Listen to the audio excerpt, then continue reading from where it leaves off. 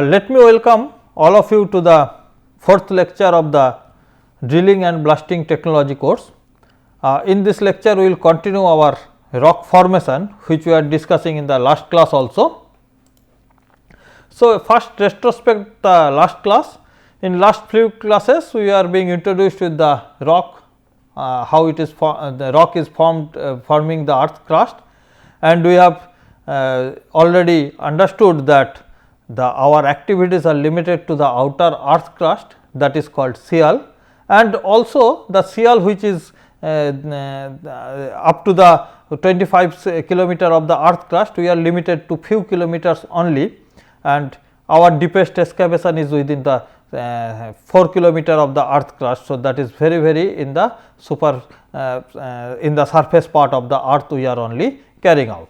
So, rock is our excavation medium which we are carrying out, and we are trying to understand the rock and rock mass as our medium. So, we in this context we are trying to understand the geology of the earth also. So, our learning objective at the present stage is that we should understand the rock geology, we should understand the different rock properties, and we should understand the rock and rock mass, how they are differing. So, let us first start understanding what is rock geology. So, geology basically geo means earth, logos means knowledge or study.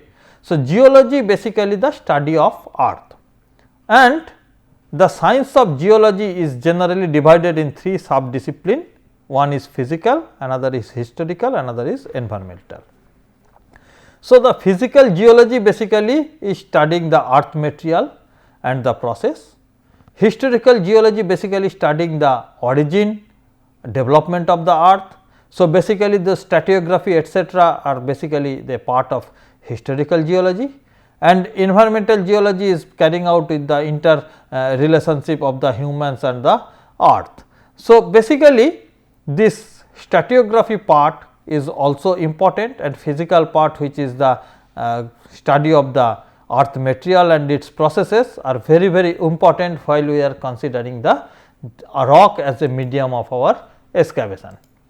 So, basically earth made of rocks and minerals, and let us understand what is a mineral.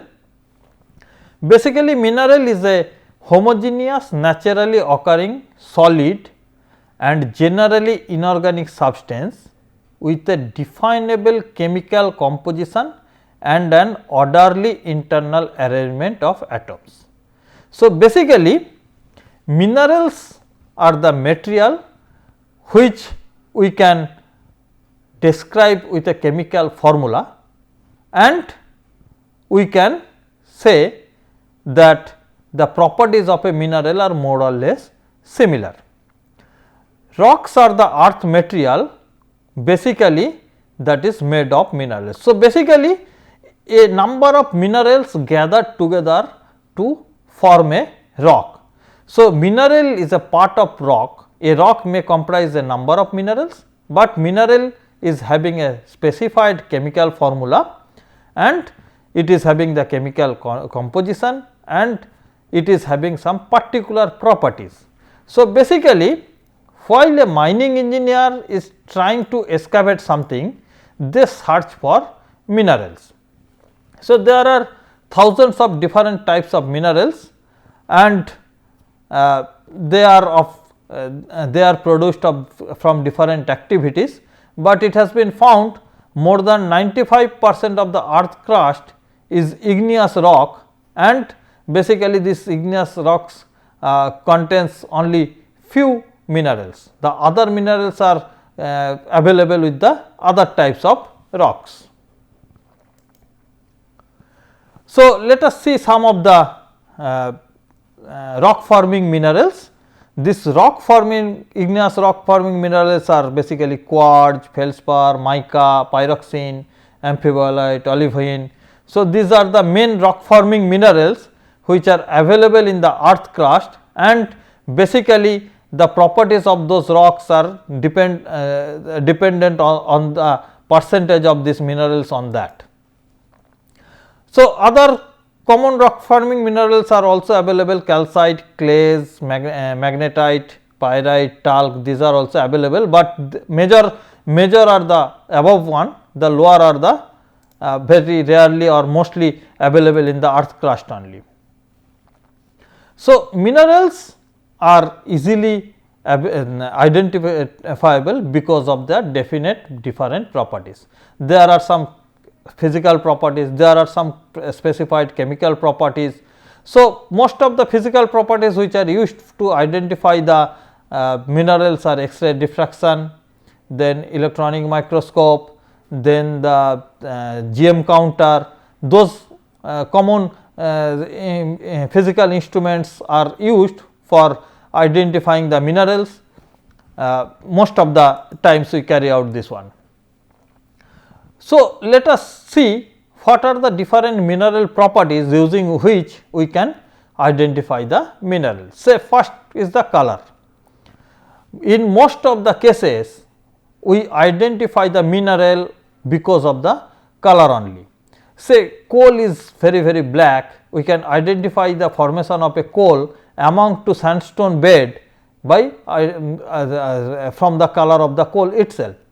Similarly, gold, chalcopyrite both are of golden color and their occurrence can be easily identified because of their color, golden color only. So, this is basically most commonly color is utilized as the most common distinguishable property of the for the minerals. In most of the cases we identify the mineral bed, mineral vein from the from the colors by our eye only. The next property which is very important is the streak. Why this color or streak I am telling side by side you? The main reason is that often the color may be same of two different mineral, but the streak may be different. What is streak? Streak basically when you scratch the mineral with a streaking plate, the color of the line is called as the streak. So, one very common example of use of streak is the moment you are trying to distinguish between the chalcopyrite and the gold ore, that is oxide. So, if you have a streak of the chalcopyrite and the oxide, you will find the gold ore is giving you the golden streak, whereas the chalcopyrite give you the black streak. So, that is why the streak is different, though the mineral is having the similar color. So, streak may be one identifying property of the mineral in which we can use. Luster means the you can see the glaziness of the material, you can say. So, basically it may have metallic, it may have non-metallic, it may have adamantine type, whichever it is, you can have different type of luster. In fact, very often copper ore are also identified because of its luster, because it is a very glazy metallic lusters are observed in the copper ore.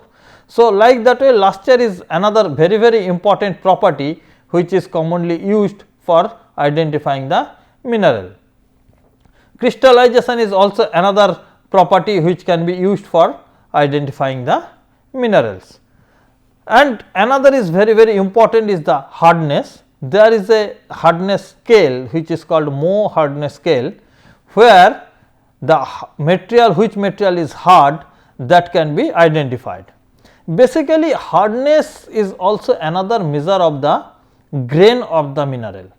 The moment a mineral comprises of the grain which is of very hard and angular, that shows the hardness much more in the hardness scale. So, this angular and hard grain material most of the time they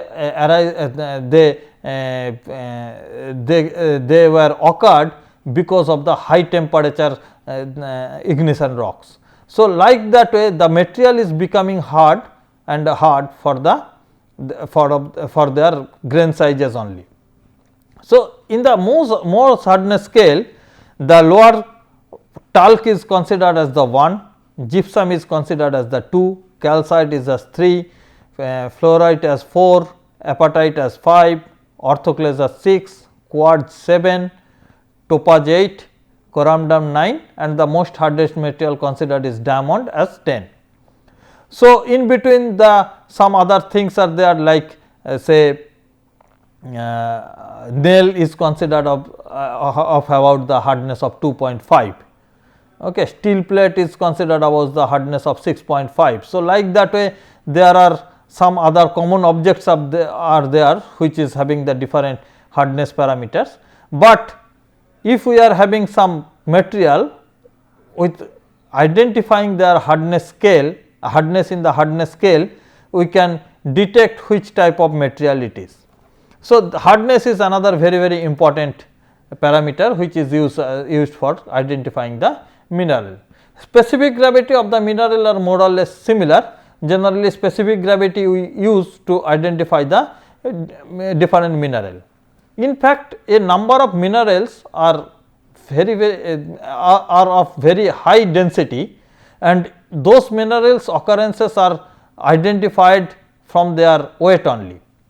If say like chromite ore, magnetite ore, these ore are very of high density. So, the moment we get a rock of high density, we can try to search out the probability of having it is of becoming magnetite or it is of becoming chromite. In fact, a number of cases we use gravity method to identify the occurrence of those chromites and magnetites. Apart from that fracture, the mineral breaks in is no consistent manner. Those fractures are also identifiable mineral property. Cleavages are also there to identify the mineral from its. There are 3 types of orthogonal cleavages are observed in the mineral. So, like that way different aspects are there, physical properties are there from which we can identify the mineral apart from the chemical compositions which can be tested from the chemical testings. So, from the chemical testing we can get the idea about the mineral, but to reduce the chemical testing cost, physical testing should be carried out ahead of that. In fact, chemical testing will give us the idea about the percentage of some particular element in that mineral also can be determined. So, basically rock is the aggregate of minerals which are naturally occurring substance and having a fixed chemical formula the minerals are having, but rock is the aggregate of different composition of those minerals. And with the percentage of minerals in that rock, the rock behavior is basically controlled. Some minerals are strong, resistive to deterioration and formed rocks of similar properties, and other hand some minerals are softer in nature and has formed the rock of weaker properties. So, that is by that way different rocks are of different compositions, and maybe with the variations in the compositions the properties are varying. In fact, there is a little bit difference into the rock and rock mass which is very important for our rock excavation purpose. Say an intact rock piece is called rock, and whenever the rock is existing inside the earth crust, it is called rock mass.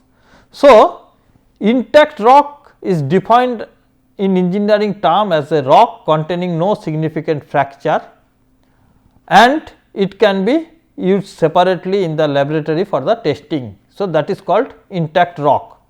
But whenever the rock is of some fractures, some other geological impurities, some heterogeneities, some anisotropiness.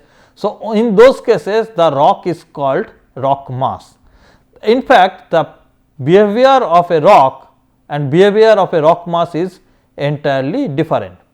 For if you are considering our rock excavation or drilling and blasting in which our rock is a medium, in that case we have to consider the rock mass, not the rock. So, suppose an intact rock may exhibit a strength, compressive strength of say 60 megapascal, but whenever that rock is existing with a number of cracks, number of fractures, number of faults, in those cases it may be possible that same rock is not exhibit a compressive strength of 60 megapascal, but it exhibits a much lower stress. Rock may be of very hard in nature, but whenever it is associated with fractures etc., our drilling type may be different, our blasting type may be different. The reason is that as some explosive is giving the energy, shock energy to the rock, and the rock is say fractured, rock mass is say fractured, in those cases the dissipation of that shock wave will be entirely different, or the shock wave utilization is will be very lost in those cases than the intact rock, where the rock is intact, no fracture is there. So, like that way rock mass property is the most important part whenever you are considering the drilling and blasting technology, not the intact rock properties. However, some of the intact rock properties are utilized as the rock mass property, but because they are not to be measured in the rock mass condition, like say compressive strength, tensile strength, those strength properties are not possible to be measured in the in situ condition. So, for those cases those properties of the rock are utilized as the rock mass properties. However, rock mass acted differently from than a rock in the in situ condition. So, rock mass basically includes joint, fracture, cracks and other geological discontinuities, but rock does not have this. Rock is considered as the continuous, homogeneous, isotropic, whereas rock mass is anisotropic material, inhomogeneous, anisotropy, non-linear, in non-elastic material. So, in geologic term, rock can be considered as particulate substance such as sand, clay particle, or in large form of mountains, tectonic plates, planetary cores, etc. Rock can be classified in basically three groups: igneous rock, sedimentary rock, metamorphic rock. So, basically igneous rock is the rock which is directly coming out from the magma in the molten stage, then became cooled down, and in after the cooling that exhibit as a strong rock material. So, that is called igneous rock.